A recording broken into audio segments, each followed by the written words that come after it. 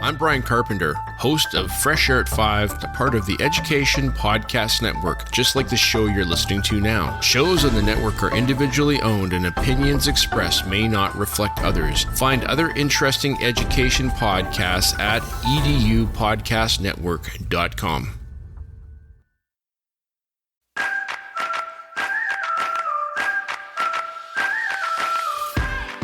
Teaching While Queer is a podcast for 2S LGBTQ+ educational professionals to share their experiences in academia. Hi, I'm your host, Brian Stanton, a theater pedagogue and educator in New York City, and my goal is to share stories from around the world from 2S LGBTQ+ educators. I hope you enjoy Teaching While Queer.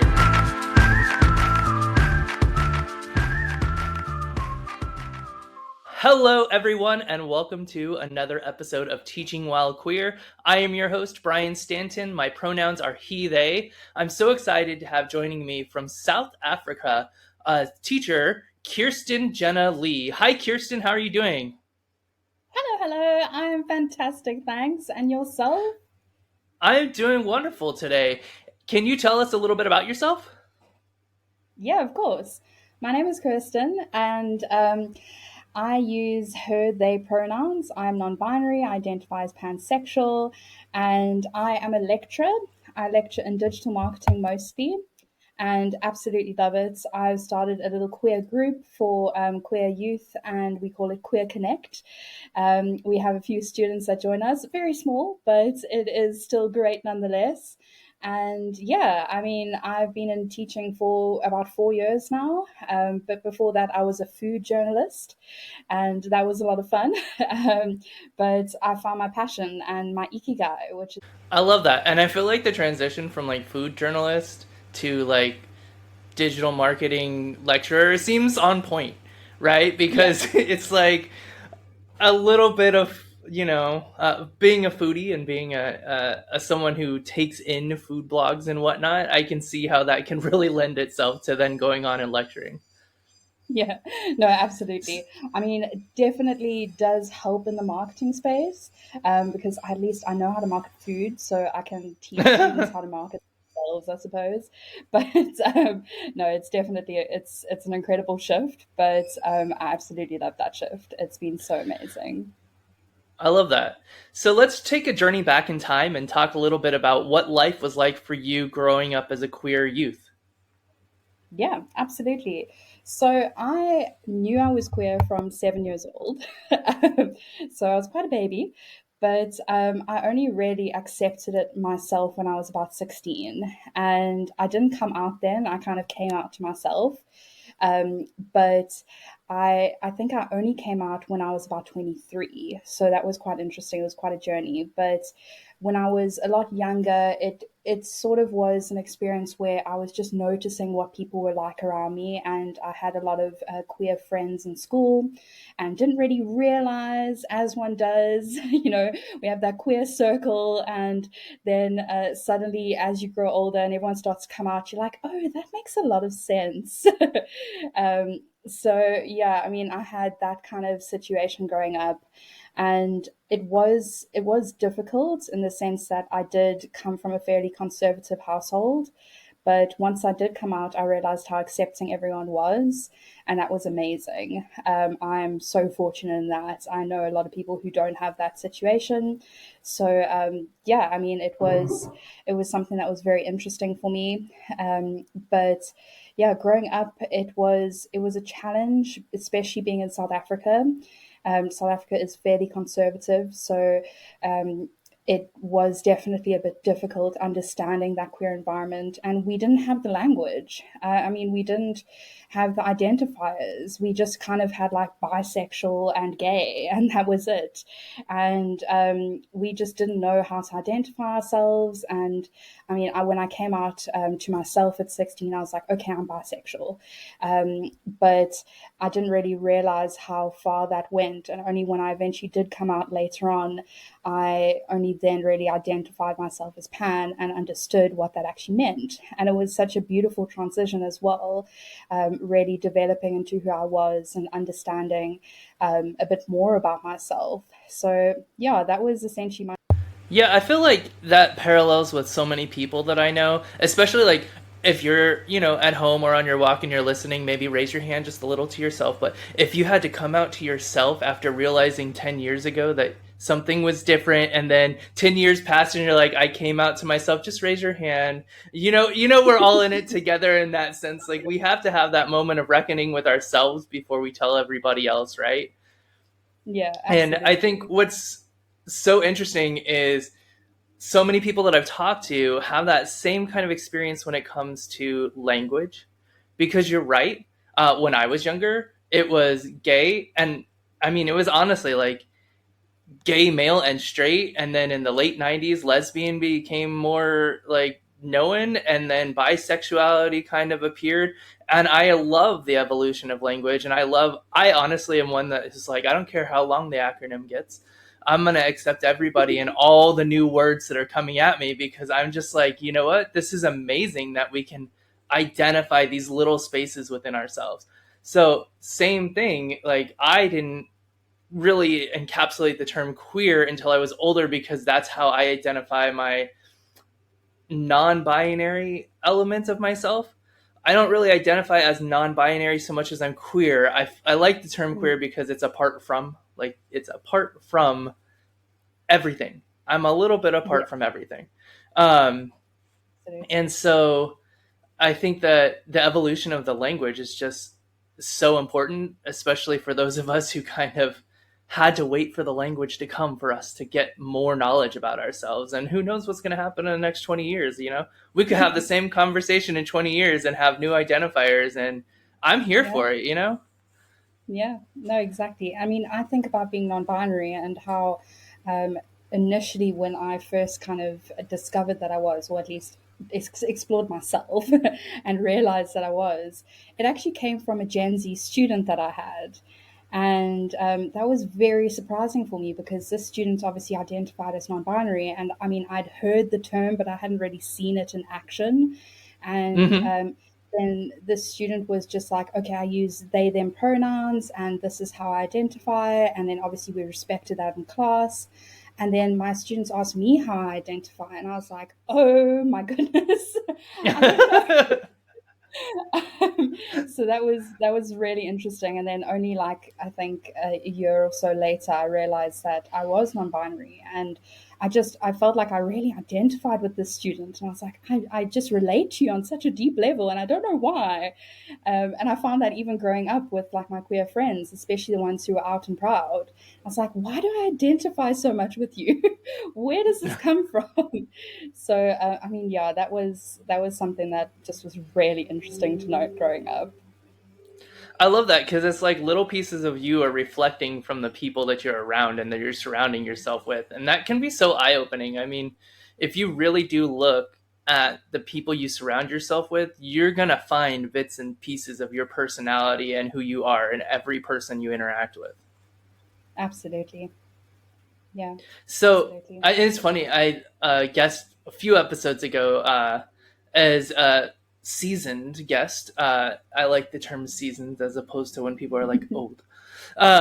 But this is a seasoned guest, and that person was like, "Nope, I still don't know what my identifiers are. I couldn't tell you right now. Like, I use these pronouns, but is it right? I don't know. I don't know if it's right." And that's the fun part is it's like, it's a journey. And I think that's the part that everybody needs to kind of get on board with is that Mm, you're going to keep growing and you need to keep growing in who you are as a person. It's not just going to be one answer. Cause I definitely, went the route that was similar to yours, where it's like, oh, okay, I'm bisexual, and then I was gay, and now I'm like, okay, I'm queer with a little like pansexuality worked in there, and like it's evolving.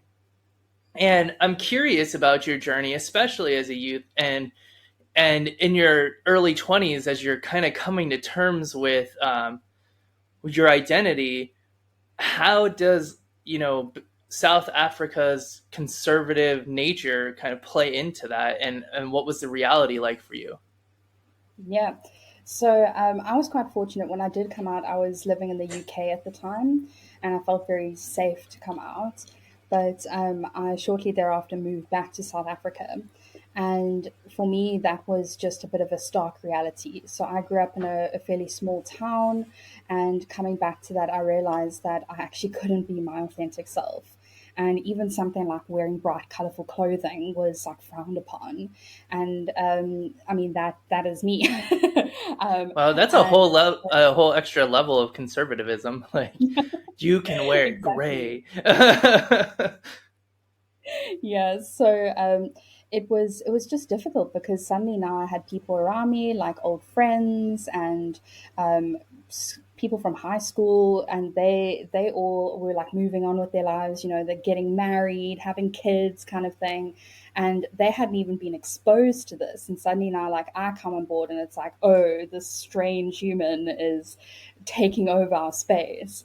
So when I initially came back, I came back to the town Durban. Well, it's actually a city, but I like to think of it as a town. And yeah, I couldn't be my authentic self. I felt unsafe to do so. I had to kind of tone a lot of what I dressed down, and especially going in public places. And I could not openly say anything about my identity. But I only spent about 2 weeks there, and then I moved to Cape Town, which is known as the queer capital of South Africa. Um, Great, love so, that. but yep, it is amazing, and it is a lot more accepting, which is huge. It is so huge, but it is still in Africa, and there are still lots of people that are not accepting. So, for example, we had a rainbow crossing near my work. So yeah, just like a rainbow pedestrian crossing, and essentially there was a local political party that wanted to throw black paint on it. And we had a whole situation around it. There was a local drag queen that walked across it, created this whole publicity stunt, and then all the public were like banding together and trying to get behind it. And obviously, it didn't happen, so amazing. But it was really scary to think that in the queer capital of South Africa, something like that could happen. And I mean, it is the queer capital of SA, but I think we have like in total like three drag queens. So Wow. um, that yeah, that is really surprising. And but I mean, in terms of queer spaces, there actually are more and more coming out every day. And there recently has been a new bar that's opened, but the only thing is there's not a lot of like alcohol-free queer spaces. It's just mostly Yes. revolving around alcohol. Yeah, yeah. So Honestly, and I feel that here too. mm, And no, and it's definitely. funny because I understand queer history in that bars that were kind of like speakeasies where you had backroom areas where you were safe to be yourself. You were Mhm. behind closed doors, you're safe to be yourself. Those kind of spaces were necessary for such a long time for people to feel safe. And I totally Yeah. respect that. But now as we grow and people are okay to be themselves more publicly, I would love more queer spaces that didn't circle around alcohol, Yeah. because I think that's really hard. Because also, like, if you're going to try to meet friends or you're going places to try to engage with your community, one, it's hard to engage with people when you're drinking, because you're not fully engaged anymore. The alcohol's kind Mhm. of filtered into your brain. And so having some more spaces that are sober spaces for queer people, I think, around the world, let's start that movement. I would love to see that. Yes. Absolutely. And I think like for me it starts off with the queer craft community. I feel like that is a thing. And I mean just having these like crafty spaces where you can get all artsy, and I think that would be a good start. At least, to get people together. But I mean, yeah, it's difficult. It really is. Because so much of our interaction with each other does revolve around alcohol. And I mean, I know personally so many queer friends of mine who are sober, and they feel like they can't go to these spaces, and they feel like they can't feel safe in these spaces or exist in these spaces because it just revolves around alcohol. So then they don't have their own safe space for themselves, which is really troubling.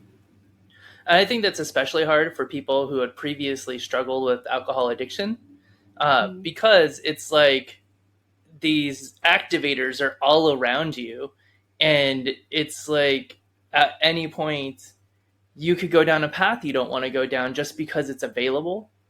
And Yeah. so I absolutely agree with you that many sober folks aren't going to feel comfortable in these spaces. And so then there's an entire part of the community we're excluding, right? Because we're not providing spaces that are accessible to everybody. Yeah. No, exactly. And I mean, luckily there are a few, um, I would say, like events that happen around Cape Town that don't necessarily revolve around alcohol, or mainly revolve around live music, which is actually, it's something. It's a step in the right direction. That's And good. with these events, they, like, just to give you a bit of a picture of the whole situation, they still tell us to be safe in terms of how we actually get there and making sure that we are dressing accordingly. And obviously, these are very open spaces when we're in the spaces and we feel like we can be our authentic selves. But then hopping in an Uber to get there, you've got to tone it down. And I mean, that's actually where I find the most conservative places that we can exist in, and that's simply in an Uber. Because a lot of the drivers are from international countries or from all over Africa. I mean, we've got a lot of Ugandan drivers, and that can be very, very difficult. So you feel like you can't even be yourself in an Uber, which is, it is kind of terrifying. I think that's got to be terrifying, especially I think being in a neighbor country, or a country that's neighbor to new laws being passed, or rather old laws being reinforced that basically allow for the death and promote the death of queer people. So I think that it's Yeah. so important. And no matter where you are, you kind of have to deal with that. I was in an Uber recently that had religious radio on, and I'm just listening to like sermon as I'm going through it, and I'm just like, I don't know, like I respect everybody to have the right to their religion. I don't know if I feel comfortable in the space because I don't know what your response would be to me about what my beliefs are and what my life is like, you know? Yeah. Um, and even though these people are providing a service, ultimately you're in their private property. They Yeah. own this vehicle that you're in, so it is a very tricky situation. Yeah, no, it definitely is. And I mean, So with like the religious radio thing, I've also experienced that, and it's like just about every second Uber driver, and yeah, like everyone's free to have their own religion, like nothing against that, but I feel like it's a bit of an invasion of the space because you're like, I don't know how you're going to react to me, and I don't know if I can be myself, and then you get the funny looks, and it's like, ooh, don't quite know what to do here. So yeah, it's a tricky scenario to navigate. yep. One of my favorite book series is called A Discovery of Witches, and something that you're describing, this woman has is a witch and she has lots of power and it makes her glow. She's so powerful that people can see like she's glowing. And so she has to put on like this dampening coat that basically makes her go from like bright and colorful to like sepia tones. And I just feel like your description of how you have to live your day-to-day life is a lot Mhm. like that. That Yeah. so For anybody who likes Discovery of Witches, that's the image that came to mind for me, and that is horrifying. Um, because no one should have to dampen who they are just to walk through a space or get from one space to another. Exactly. Exactly. So when it comes to being an educator, how does all of this impact your ability to teach your students and to work with queer students in your spaces? So it is absolutely amazing, and I mean, why I kind of start with that is that the institution that I work for is supremely open and welcoming, and they're a fairly big institution in terms of private education, so they have their own rules, they can do their own thing, and we have such a large group of queer students, and being able to be yourself and show that to them makes them feel like they can be themselves. And, like, for example, I start every class when I kind of start a new year, I say to them, listen, this is a safe space. This is a space to be authentically you. And I obviously start off by introducing my pronouns. I don't really go into sexuality because time and place, But I at least start off with my pronouns. And for example, I ask them not to call me ma'am. Still get the odd ma'am because, again, conservative. But I try to ask them to call me mix, and they do, and they really do respect that. But I love that I can be myself, and it gives them an inspiration to be themselves. And I think that's the most important thing for me. And then, of course, going with that, you have so many students that come out to you, and they come and seek any sort of guidance as like possible, just to understand what life is like navigating it as a queer person. And when they see someone who's in their late 20s living their life and being their authentic self, they think it is possible for me to do the same. And I think that is just a beautiful thing. And yes, it is just a classroom, but for me, it means so much more. It is still a safe space. It's a safe space to be yourself. And I like to actually create that for my students.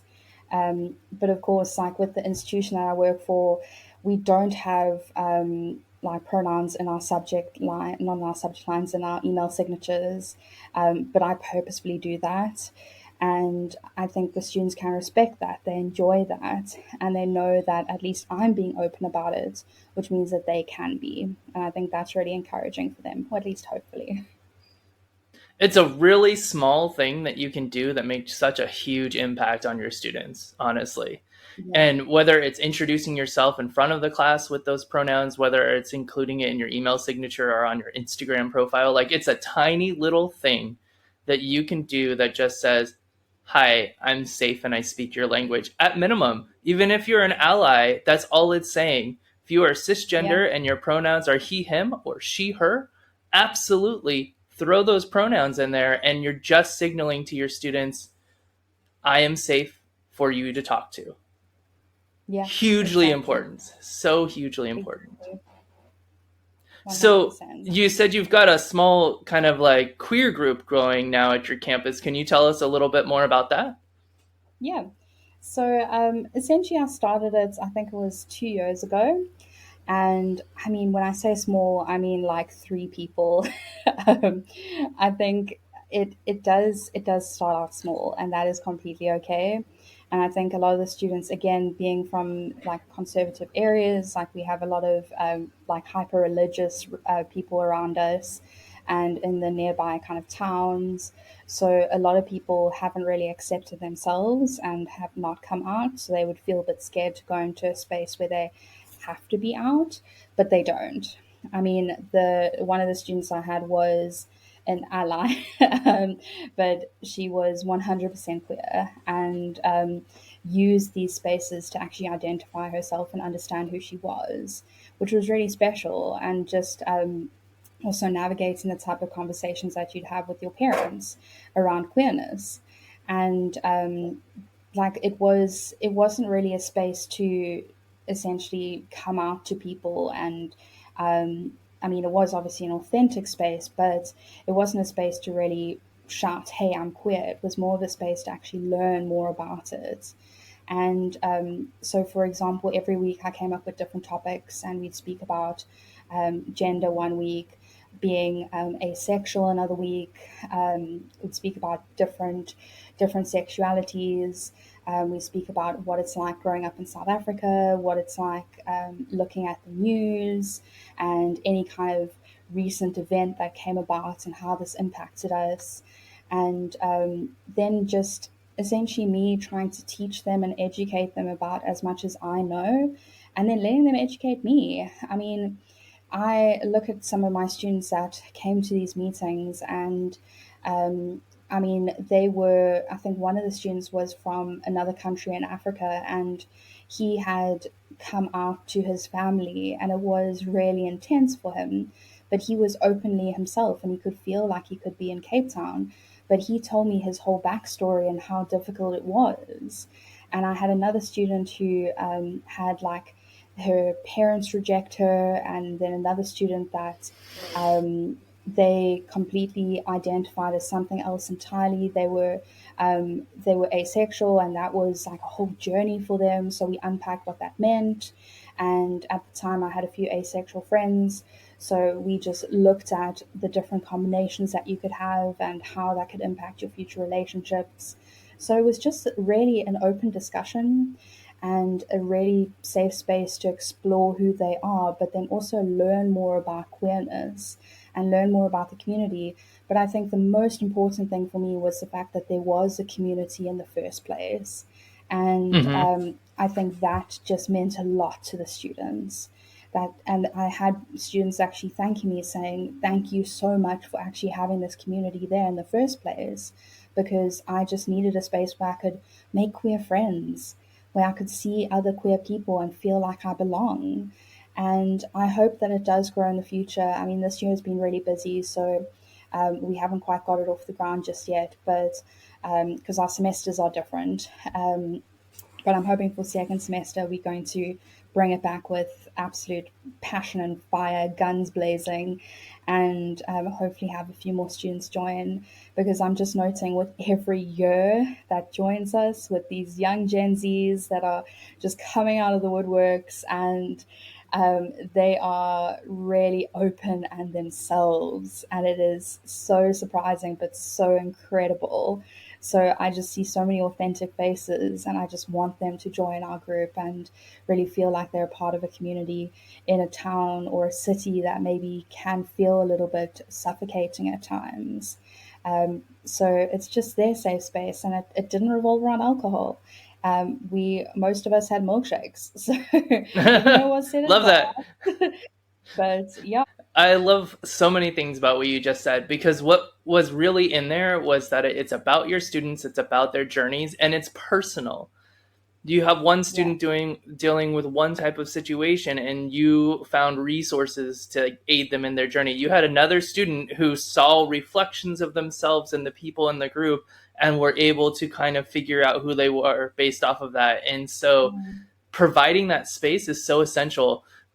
Teaching While Queer is actually in the process of becoming a nonprofit organization, and one of our amazing. missions is going to be to help create queer spaces, um, Mm, specifically for queer educators, because it's really just like, if you have the space, the people will come and you will be able to make an impact. And all it is how do we make that space?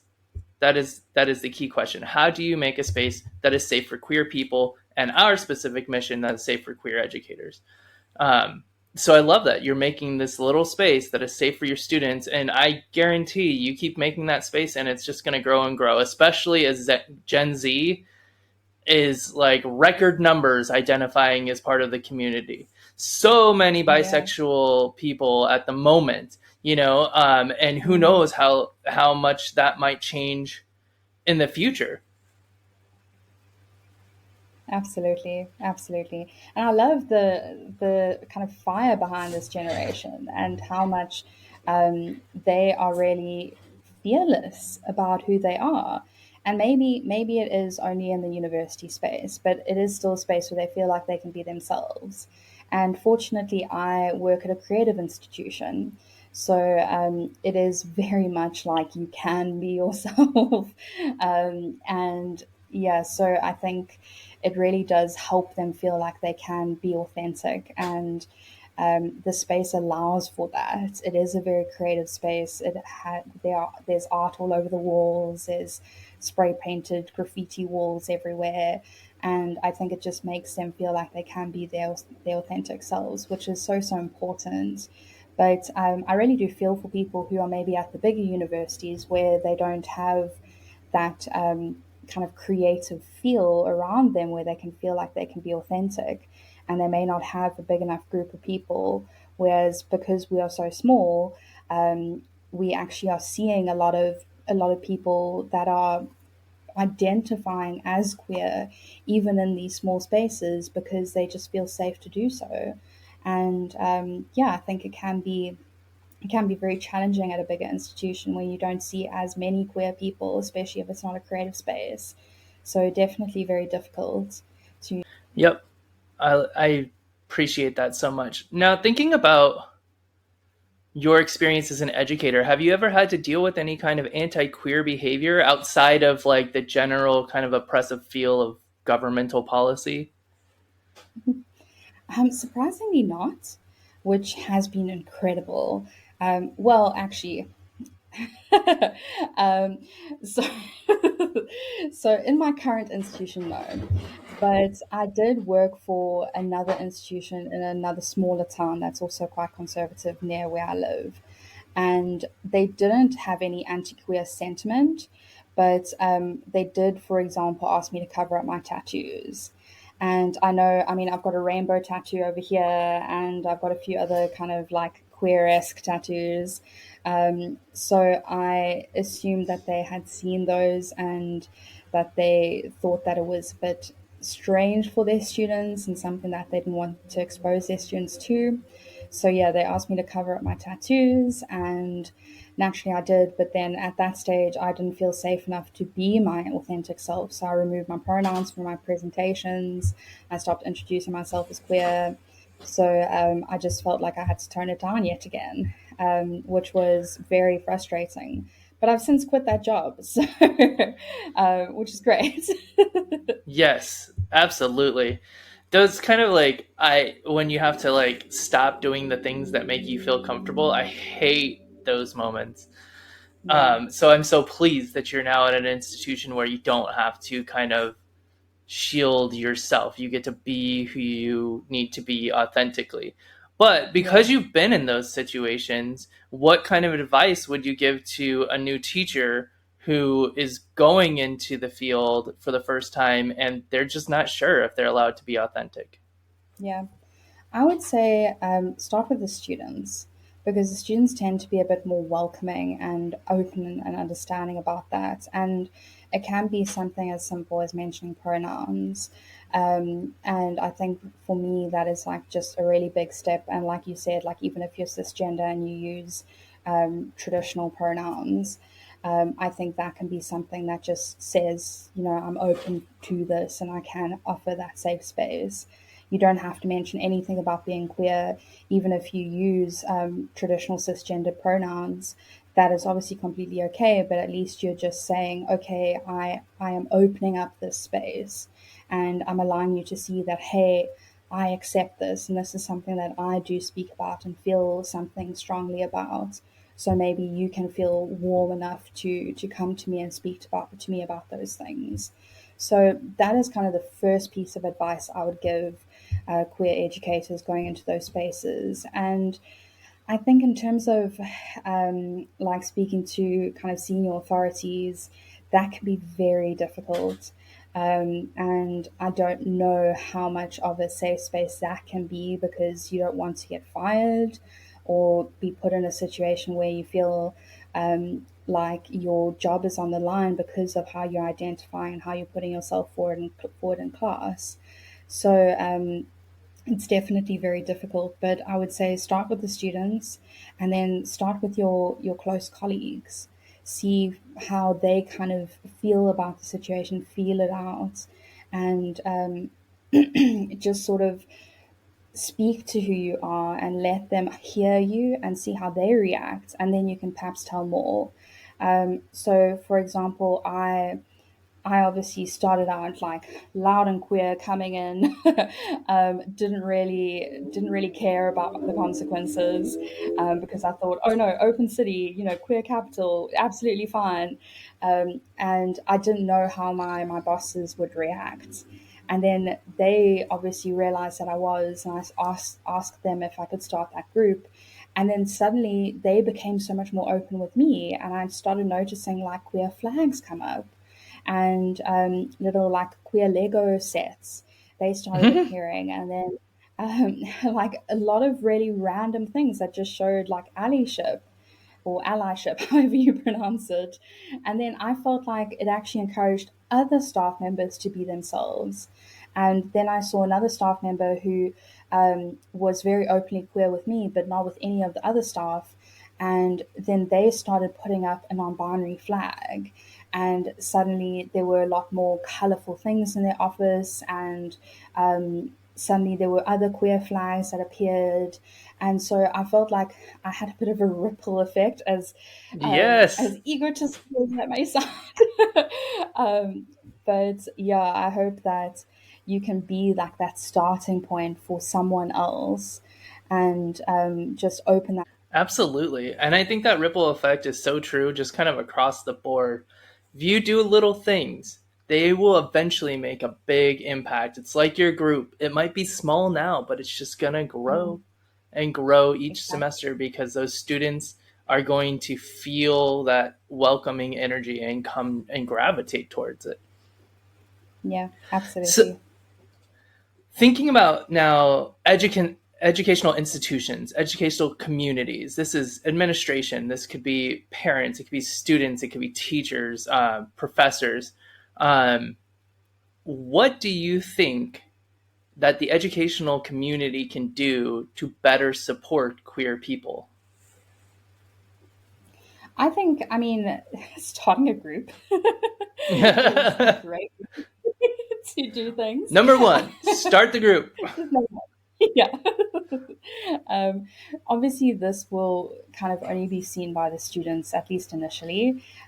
So, for example, like with my group, we started out by sharing it with like the student body, and then they shared it on their platforms. And then the greater authority, the main kind of like Instagram account essentially of the university, started sharing our posters as well. And then obviously that gets to the parents. So it's about, again, starting small, offering maybe some safe spaces.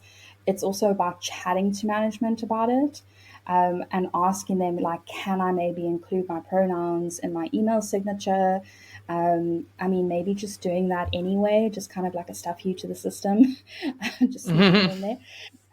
And trying to find ways where you can just introduce yourself as your authentic self in those spaces. And it is supremely difficult trying to get, like management on board and getting them to kind of understand your sort of completely different world that you experience. But I think in terms of supporting students and supporting parents and allowing them to see that you do have this potentially safer space for queer students, I think it does start by having conversations with people around you, having conversations with management, and then maybe talking to the student body, getting them to share certain queer positive things. And again, like I said with the previous question, start with the students. That's where it can all kind of come about. And I think that can just be a really great place to start that conversation. And even if it means that it just kind of stays with the students, at least you know that they feel safe, and maybe it will go trickle through to their parents. But then again, you just have to start talking to the people around you, start talking to management, asking if this kind of thing is okay, asking if you can essentially be yourself, if you can share yourself. But then there might be situations where the answer is no. And that is something that is incredibly difficult to deal with. And your choice is like, do you want to still stay with this institution or not? But obviously, it's really tricky in the current economic climate to find a job, so you might choose to stay there in any case. But I think when you hear those no's, it still goes back to the students. You still got to show them that you are your authentic self and they can feel safe around you. So it's definitely something that you can potentially do. But again, start with the students. That's where it all comes from. Yeah. Absolutely. I love that. And I think one of the things that really strikes me about what you said is just start the conversation. And the thing is, right now, the world is so divisive that having a difference of opinion means people stop talking to each other. But really, it's through those conversations that real work can get done. And as uncomfortable as that might be, just start the conversation. If somebody Yeah, else ends it, exactly. at least you know you started it. It's really it's kind of sad the lack of communication happening right now. But hopefully we can see positive change uh, as we continue to evolve. Mm. at this point, I'm going to pass the microphone over to you, and you have the opportunity to ask me a question. So take it away, Kirsten. Yeah, absolutely. Just have a sip of water. Yeah. So I want to know, in, let's call it a global North country, how easy is it to feel like you can be your authentic self in education? So that is really hard. And I think that some of the things that you describe about being in South Africa are also very real here in the US, depending on which state that you live in. When I first started teaching 6 years ago, I was teaching in Texas, and I was asked to dampen things down and to not talk about my identity and things like that. The problem is, I am a parent and my children went to that school. So there is no lying about my family. So I just simply said no and kept being myself. But for other people, it's not that straightforward. There were people that I worked with who had been closeted for a decade working at that school, not telling anybody. Other people who only told a handful of people. And then there's other places now where, I mean, the state of Florida was trying to ban trans teachers from being able to identify as themselves because you're not allowed to say gay or trans, quote unquote, in Florida. But all of that has since been kind of squashed at a court level. But that squashing is really, you can talk about it as it pertains to the individuals in your class. You cannot include it in your part of your curriculum unless it's relevant to the person or whatever you're talking about in your curriculum. So what they're saying is basically you can't create queer curriculum, which for all intents and purposes does not really exist right now. The most people are getting queer education in graduate school. Some people are getting queer education in undergraduate school. Very few people are getting queer education in like a primary and secondary level. So this kind of like worry that people have that it's like, oh, they're indoctrinating the children. But in fact, there's not enough queer content out there right now for us to do anything of the sort. And the stuff that's out there is like, you need to be respectful of somebody else. That is the queer content that's being taught. Respect other people, which used to be a golden rule, right? Do unto others as you'd have them do unto you. So it's really a struggle. I'm in New York City now. I work at a university. I am very much myself, but I've always been very much myself because I did not, like you, did not care about the consequences. If I were fired for being queer, I would have been a headline and sued. You know what I mean? Like, Yes, absolutely. because I'm gonna be the person that fights against the problem, and and so I am privileged, and I will state that I am a white person who has dealt with very few discriminatory behaviors and actions towards me. So I'm in a privileged place that I can say, oh, go ahead, fire me, watch what happens. Would that have impacted my family financially? Yes, it would have probably been a huge problem. But I feel comfortable saying that because I haven't had to deal with constant oppression my whole life. And I understand that's a privilege that I take as I walk into society. But to the same token, every person, regardless of who you are, regardless of your gender identity, sexual orientation, though I really feel like that terminology needs to go out the window. So as we evolve our language, let's like remove sex from the conversation and see how people change. Regardless of your race, your ability level, like each of you deserves to be treated like a human being with an intense purpose, because each of you is a human being with an intense purpose who has the ability to impact the entire world. And so to have someone treat you incorrectly, I will fight for you. I hope that you will fight for yourself and stand up, or,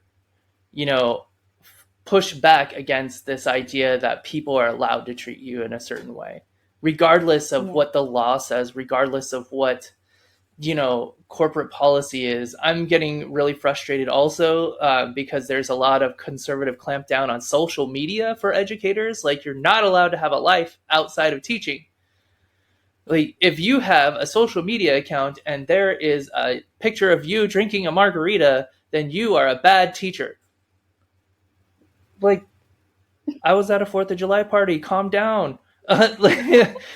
Teachers are allowed to have lives, and this idea that your life has to revolve around you always being the perfect moral example for children is frustrating, because they should also be getting that moral example from their parents and their village, the people around them. The teacher isn't solely responsible for the moral upbringing of your child. Mm-hmm.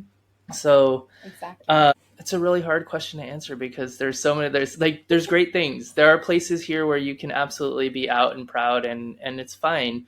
There are other places, like I have some guests that live in Portland, Oregon, or in the Portland, Oregon area, and that's a very queer space, but they also are dealing with backlash.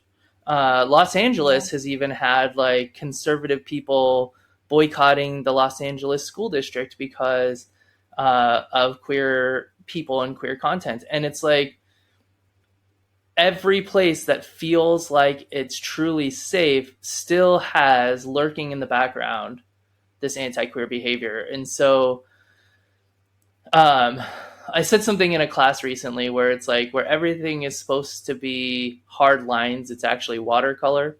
And that's really how I feel about this situation as well. Like, if you think that this space is 100% safe because it's a very liberal space and whatnot, the lines are actually a little blurry, and some people who are not safe are going to be in that space. Yeah. Before we part ways with our audience here, is there anything else, any words of wisdom or anything else you'd like to share with us? I think, interestingly, on your points about like social media, I think that is a great place to start. And obviously, everyone can have their own space, and you can obviously have private accounts. That's completely fine. But if you have a public account, be your authentic self in those spaces. At the very least, put your pronouns out there. And that can just be a start, because students are going to find you. They're going to be looking for you, especially if they love you. So make it as some kind of starting point where you can just say, hey, this is me. This is who I am. And I think, other kind of parting ways, other kind of advice would be, truly try and embrace who you are. And I know it can be so difficult in displaying that wherever you are. And I think about other parts of South Africa, and how if you are a queer educator in a small town, it can be so difficult to express yourself as your authentic self. But I think it just starts with something small, and you just have to be as authentic as you can, and hopefully that will grow. Hopefully you'll be able to be more of your full self without having to put that dampening coat on you, and hiding that glow. Yeah. So yeah, it is just starting out small and growing from there. And even if that means throwing in a couple pronouns into your Instagram bio, it's still something, and it still proves to people that you are here, that you are you, and you are absolutely authentic. And that is so powerful, I think, for a lot of students to see, because they will be looking for you, they will find you. And yes, there may be people who disagree. Chances are there will be people who will disagree. Mm-hmm. There'll be people who have opinions that are challenging yours. But it's about, like we said earlier, having those conversations. And being open-minded, hearing what they have to say, and acknowledging that everyone has different upbringings and learned different things and has different learned behavior. So we just have to accept each other and love each other no matter what. And I think every single religion preaches that. So you can't use religion as anything to get out of jail free card. You have to just make sure that you are loving each other and accepting each other as you are, because that is what we should do as human beings. So that the takeaway, here's the tagline for the show: you cannot use religion as a get out of jail free card. Put it on a shirt. Wow, I love that so much. Kirsten, thank you so much for spending your evening with me tonight. I really appreciate it. And thank you so much for everybody who is listening at home. Bye. Thank you for joining us on this episode of Teaching While Queer. I hope you enjoyed it. If you did, make sure to subscribe wherever you listen to your favorite podcast. Leave a review, and that would help out tremendously. You can also support the podcast by going to www.teachingwhilequeer.com and hit support the show. Thanks so much, and have a great day.